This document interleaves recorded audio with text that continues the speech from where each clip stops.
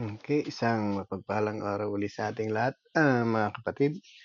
Ito po muli ang Kohelet Ministry na patuloy na mag-aatid sa atin ng salita ng Diyos. So, nasa episode 72 na po tayo. Haba-haba na rin yung ating bahagi dito sa ating pag-aaral. So, muli balikan natin yung ating series tungkol sa langit. Pinag-aaralan natin ng langit.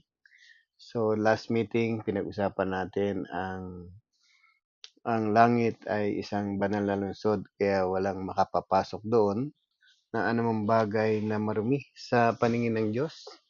At lalo higit, ang makapapasok doon ay yung mga pangalan ay nakasulat sa aklat ng buhay na iniingatan ng kordero. So, pag-aralan pa natin, ano ba itong banal na lungsod? Ano ba itong lugar na ito? At gaano pa ito kaganda. So, samahan po niyo ako sa araw na ito at patuloy nating alamin ano bang meron sa heaven. Bakit gusto ng maraming tao, lahat sila ay pupunta sa heaven? Bakit gusto nilang makarating dito sa lugar na ito?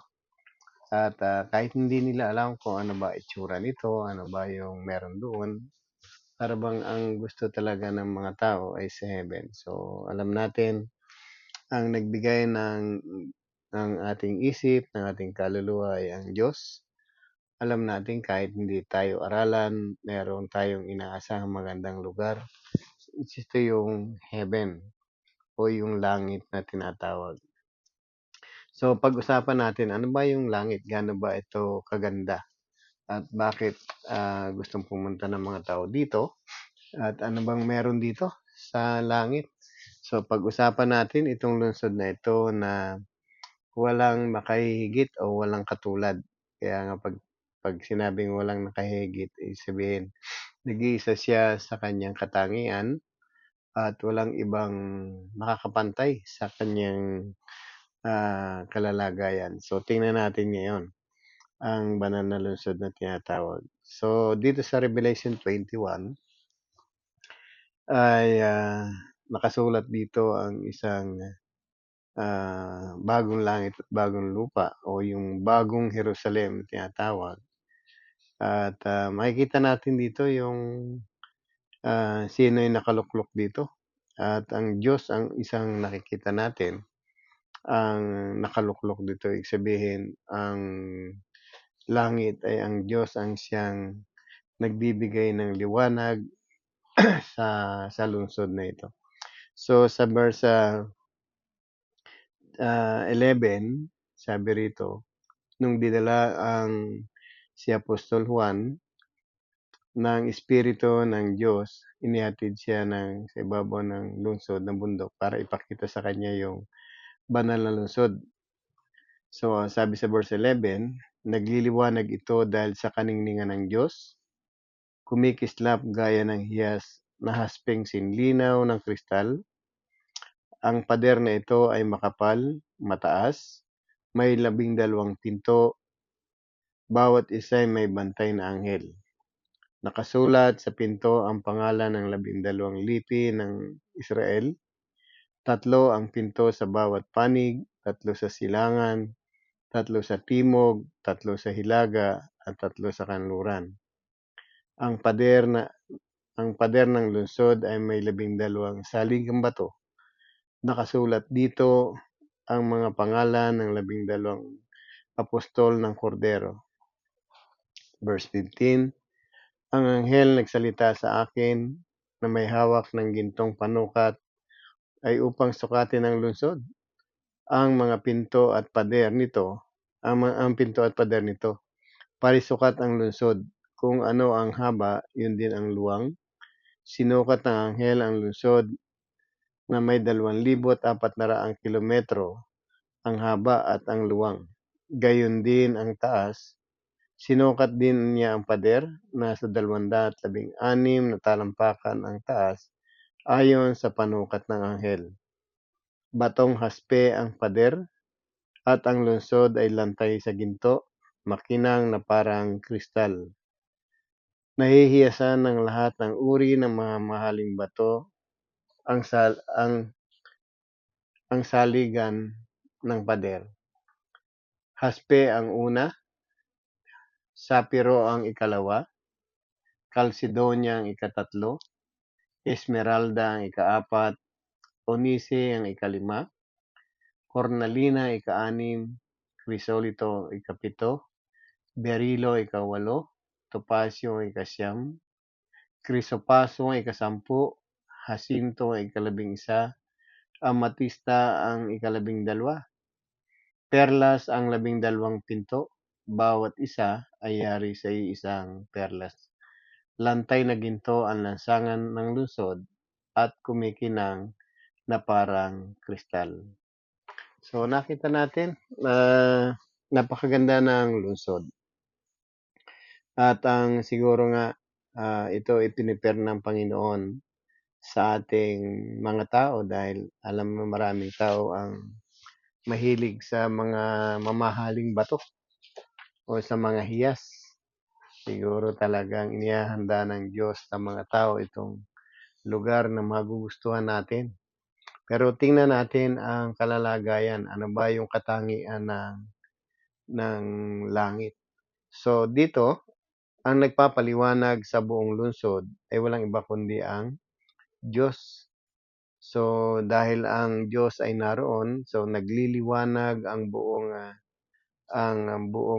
lungsod na ito, ang banal na lungsod na ito, dahil sa presensya ng Diyos. At ang kanyang liwanag ay para daw kumikislap na gaya ng hiyas na haspeng sinlinaw ng kristal. So kung titingnan natin, parang salamin halos sa sobrang liwanag dahil sa kaningningan ng ating Diyos. Kaya nga kung tayo ay haharap sa Diyos, talagang mamamangha tayo sa kanyang kaningningan, sa kanyang liwanag. Kaya nga mahirap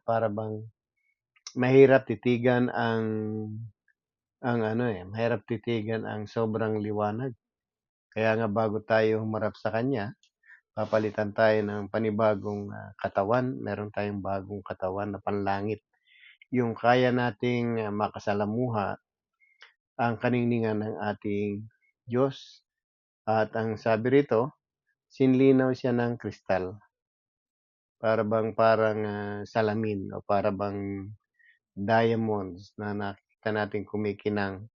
Ganun kaliwanag ang presensya ng Diyos doon sa langit. Sabi sa verse 12, ang pader nito ay makapal, mataas, at may 12 pinto. Bawat isa ay may bantay na anghel. So kung titingnan natin yung security ng mga taong pupunta roon ay talagang secure tayo sa presensya ng Diyos kasi nga ang pader na makikita natin dito ay sabi nga makapal at mataas. At higit sa lahat ay may bantay pa. May bantay na anghel ang bawat pinto. So nakita natin kung paano tayo kukupkupin ng Panginoon sa isang lugar na napakaganda. At hindi tayo papabayaan sigurado at siguro wala nang kapahamakan doon at maliwanag naman sinabi. Doon ay wala ng pighati, wala ng gutom. So sa next meeting pag-usapan natin. So nakita natin yung security natin sa piling ng Diyos ay ipinakikita rito. At ang bawat pinto ay may pangalan ng 12 lipi ng Israel. Kung titingnan natin, ang bagong langit o itong New Jerusalem na tinatawag o ito yung ating titirhan ng mga taong magtatagumpay. Para siyang isang box parisukat. Sabi nga, kung ano yung haba, yun din ang lapad. So, ang bawat panig o bawat side nito ay merong tatlong pintuan. At ang sabi nga, ang bawat pinto ay may nakasulat na pangalan ng 12 lipi ng Israel. So kung titingnan natin, ito yung 12 tribes of Israel. Yung mga pangalan nila nakasulat doon sa mga pinto. So, talagang ina-acknowledge ng Panginoon yung kanyang, bayan na pinili sa sa pamamagitan ng paglalagay niya ng pangalan dito sa harap ng ano, sa mga pintuan na talagang lehitimo sila ay magiging bayan ng Diyos. At ang sabi pa rito, tatlo ang tatlo sa bawat panig, tatlo sa silangan, tatlo sa timog, tatlo sa hilaga, tatlo sa kanluran. Ang pader na lungsod ay ang pader ng lungsod ay may 12 saligang bato na nakasulat naman doon ang pangalan ng 12 apostol. So kung titingnan natin, kung yung pintuan ay may pangalan ng 12 lipi ng Israel, yun namang saligan siguro yung tawag dito yung pinakahamba. Nakasulat naman doon yung 12 apostol ng ating Panginoon, yung kordero sabi. So, kung titingnan natin, hindi natin alam kung bakit mahilig ang Panginoon sa 12 eh. Kita mo kahit yung bato 12 rin. So, mapapansin natin dito yung mga pinili ng Diyos na pangalan para ilagay doon, ito yung mga taong sumunod sa Kanya. Ito yung mga taong hinirang ng Diyos. So, titingnan natin, ito yung mga pangalan na ito ay may kabuluhan. At anuman ang kinahinatnan nila sa kanilang pagsunod sa ating Panginoon, so hindi natin alam kung bakit nakasulat pa rin doon yung mga pangalan nila. Pero ang titingnan natin dito, ito ay bayan ng Diyos. So may kapangyarihan siyang isulat ang pangalan ng mga taong ginamit niya, especially una, yung pagkahirang niya sa 12 lipi ng Israel. Pangalawa, yung pagkahirang ng ating Panginoon sa mga apostol niya. So sila ay may karapatang maglagay doon kaya mapalad yung mga tao na ito na nakatalaga yung kanilang pangalan doon sa banal na lungsod. So makikita natin lahat siguro ito kasi nakalagay naman talaga doon yung pangalan ng sa bawat pinto at bawat saligang bato. So mapapansin natin napakasarap tingnan at isang malaking karangalan kung ang pangalan mo rin ay nakasulat doon, di ba? So yung pangalan natin nakasulat sa aklat ng buhay pero ang mahalaga rito para makita natin yung banal na lungsod ang pinag-uusapan natin. So may mga pangalan pala at hindi natin alam ang kung bakit nalagay doon pero ang mahalaga alam natin na yung pangalan ng 12 apostol, yung pangalan ng 12 lipi ng Israel o lahi ng Israel ay nandoon din na nakasulat sa banal na lungsod. So, sinukat ng anghel yung banal na lungsod na pinakita rito kung ano yung laki. Ang sabi nga rito, ang anghel ang nagsalita sa akin ay may hawak na gintong panukat upang sukatin ang lungsod, ang mga pinto at pader nito. Parisukat ang lungsod kung anong haba, gayon din ang luwang. Sinukat ng anghel ang lungsod na may 2,400 o 2,400 kilometro. Ang haba at ang luwang, gayon din ang taas. At yung kung titingnan natin talagang parang Rubik's Cube yung ano, yung banal na lungsod na ito. At 216 na talampakan din ang taas ayon sa panukat ng dala ng anghel. So kung titingnan natin ito, ah, hindi panukat ng tao ginamit dito, pero panukat daw ng anghel. Hindi natin alam kung gaano kalaki yung anghel ang talampakan ng anghel dito. So hindi rin natin alam kung ano yung panukat ng anghel dito. So ang mahalaga rito, meron sigurado tayong sapat na paglalagyan kung tayo kabilang dito. Sabi nga 2,400 kilometro. So malayo-layo na rin 'yun.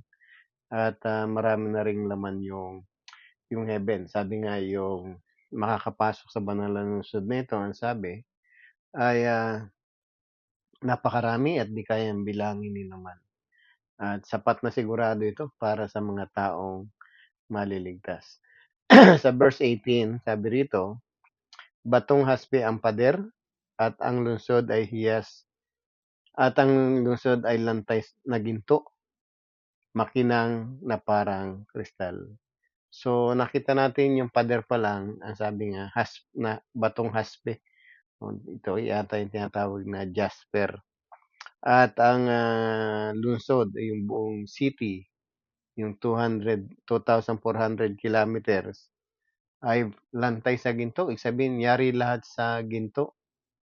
Mapansin natin yung kung tayo kung tayo pala ay hindi makakakilala sa Panginoon dahil sa sobrang busy natin sa trabaho para makabili ng maliit na ginto.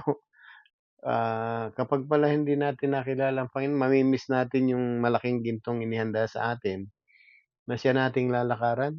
So, napakaganda siguro ng lungsod na ito. Pero mo, jasper yung buong pader, and then yung lungsod, ang buong lungsod ay yari sa ginto. So, titingnan natin, hindi mumurahin itong ating pupuntahan. Kaya nga, napakaganda ng lugar na ito at perfect na lugar para sa mga taong mahilig sa material, sa mamahaling bato. Pero dito, kapag tayo nagtagumpay, ah, mapapansin natin na nilalagay ka ng Panginoon sa isang lugar na ikaw ay magagalak talaga. Siguro kung bakit bawal dito yung mga magnanakaw, kasi nga baka someday, pag nakarating ang magnanakaw doon, tibagin itong yung lungsod na ito at kuhanin yung ginto.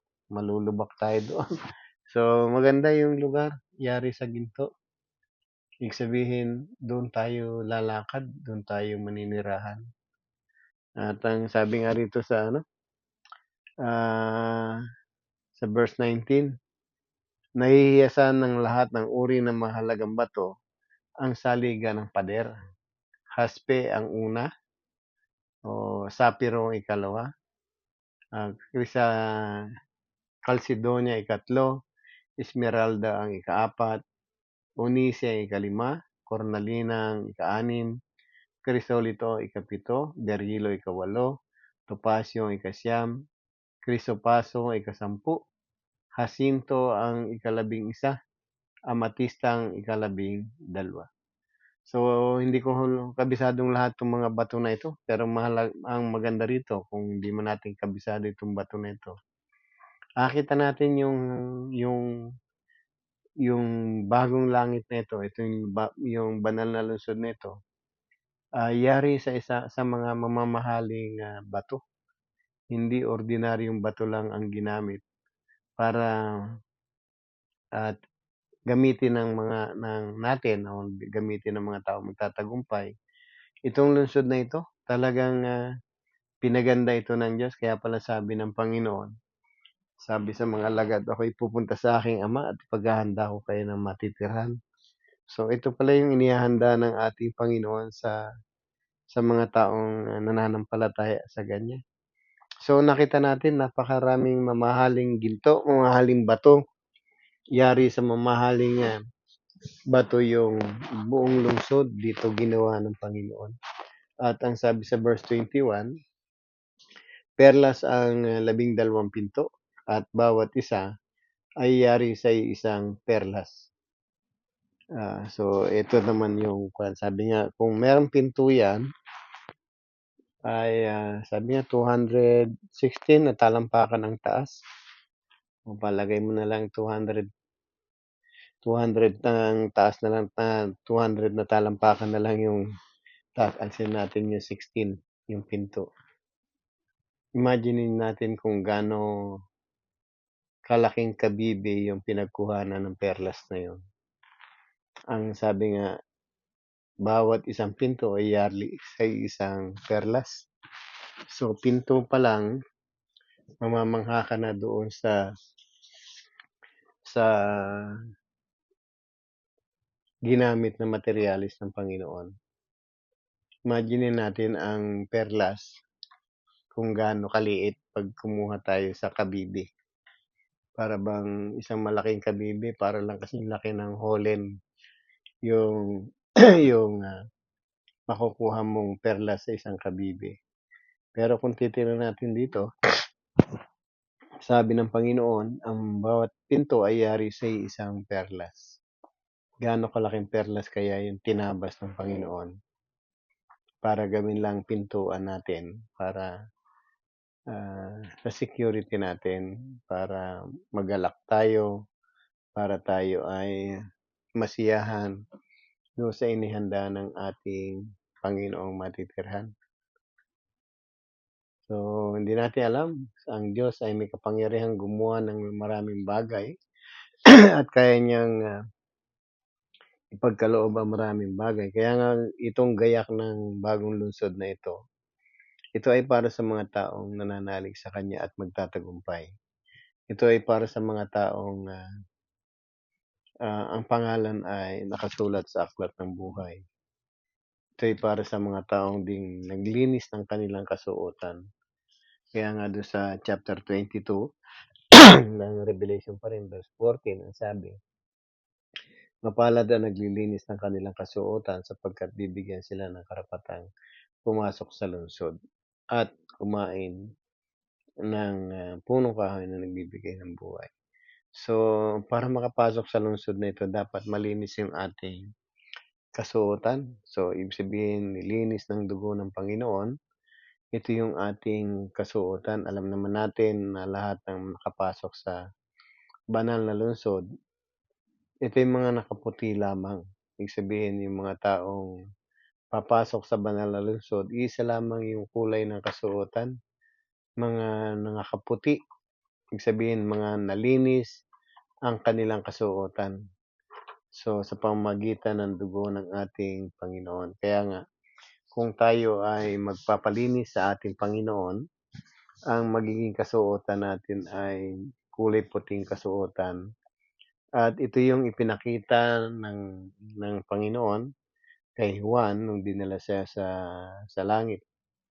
Nung pinakita muna sa kanya yung mga taong mga maliligtas at nakita niya na yung mga nakarating doon sa harap ng trono ng Diyos ay mga nakadamit na puti.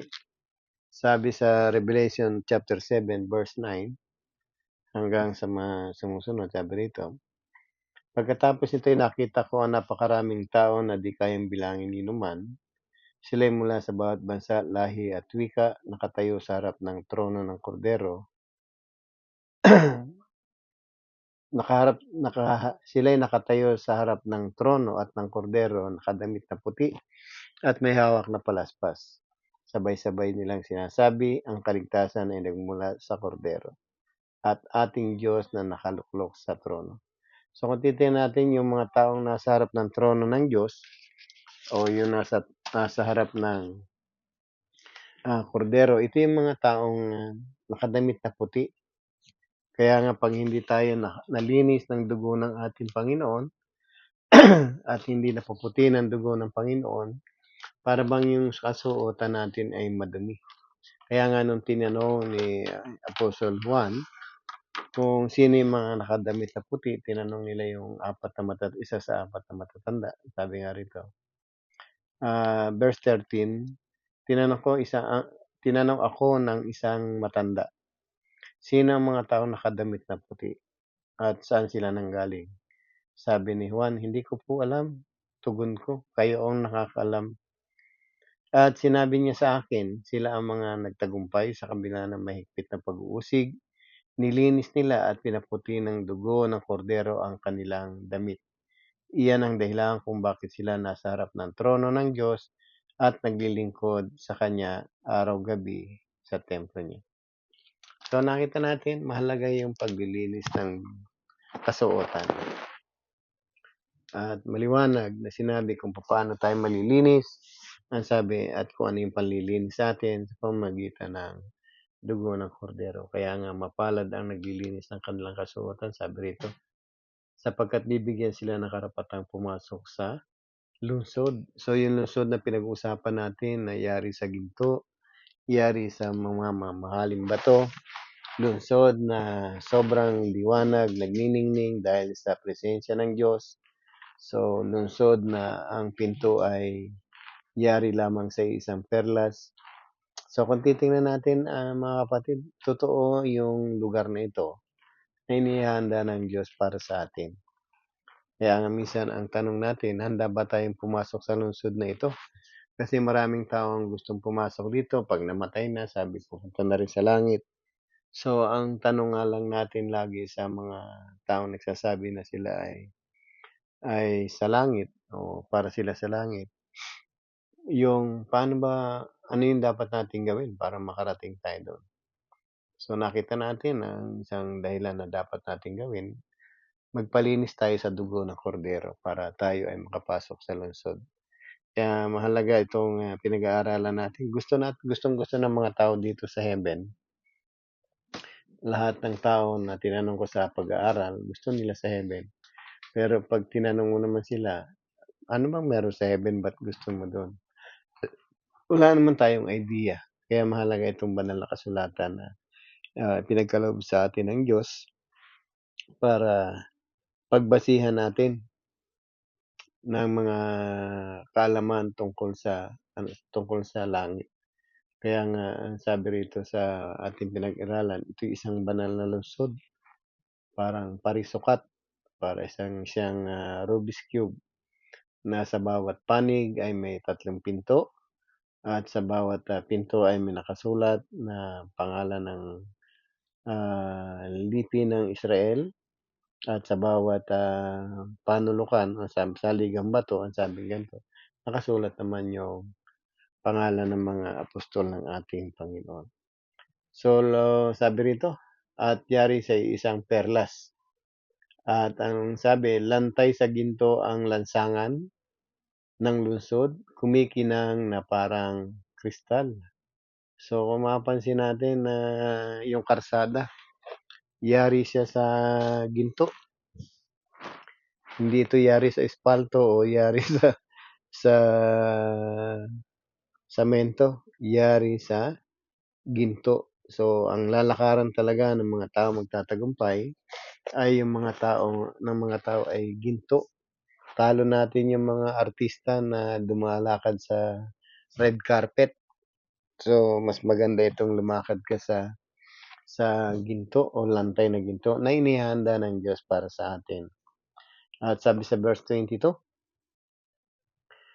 sabi, napansin ko na walang templo sa lungsod sapagkat ang Panginoong Diyos ang Panginoon Diyos na makapangyarihan sa lahat at ang kordero ang pinaka-templo roon. So, sa langit, wala na tayong makita mga temple at ang temple natin walang iba kundi ang Diyos at ang ating Panginoon. Hindi na kailangan ng araw o buwan upang liwanagan ang lungsod at pagkat ang kaningningan ng Diyos ang nagbibigay liwanag doon at ang kordero ang siyang ilawan. So nakita natin hindi natin kailangan ng mga ilaw o araw o anumang pampaliwanag. So sapat na yung presensya ng Diyos para magliwanag at tayo liliwanagan. At ang kordero ang siyang ilawan. Sabi dito, sa liwanag tayo lalakad.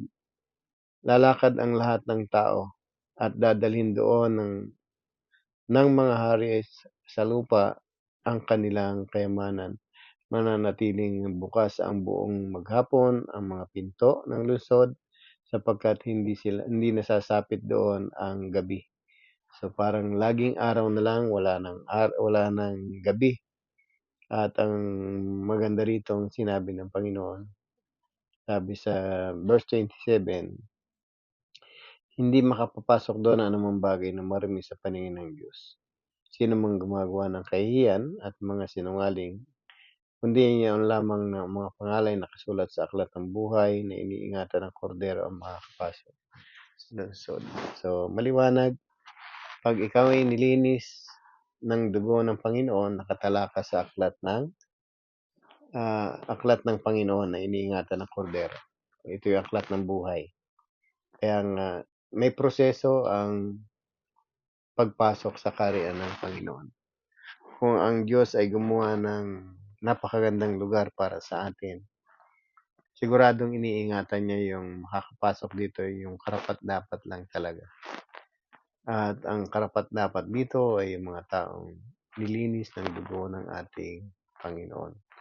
So, mga kapatid, isa itong paalala sa atin lahat na ang lungsod na ito, ang Diyos ang nag-prepare para sa ating titirhan, at ang nakahandang lungsod na ito ay napakaganda, napaka-perfect at napaka ah, mamahalin, para bang isang royal blood na titira sa lugar nito. Kaya nga mga kapatid, sikapin nating mapabilang tayo.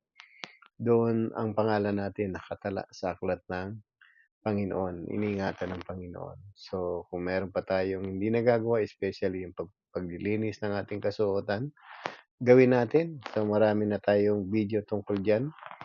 Hanapin nyo lang kung paano tayo nililinis pamagitan ng dugo. Ito is pamagitan ng bautismo. Kaya nga tayo, kapag tayo ay nalinis na, so ito yung ating titirhan. So, hanggang sa muli, pagpalain po tayo ng Panginoon, nakita natin yung kagandahan ng langit, kagandahan ng banal na lungsod. At ang Panginoon ang siyang liwanag natin, lalakad tayo daw sa kanyang liwanag. Kaya nga, sa susunod na pag-aaral, dagdagan pa natin yung mga bagay na dapat nating matutunan tungkol sa langit. Pagpalain po kayo ng Panginoon hanggang sa muli. God bless po sa inyo.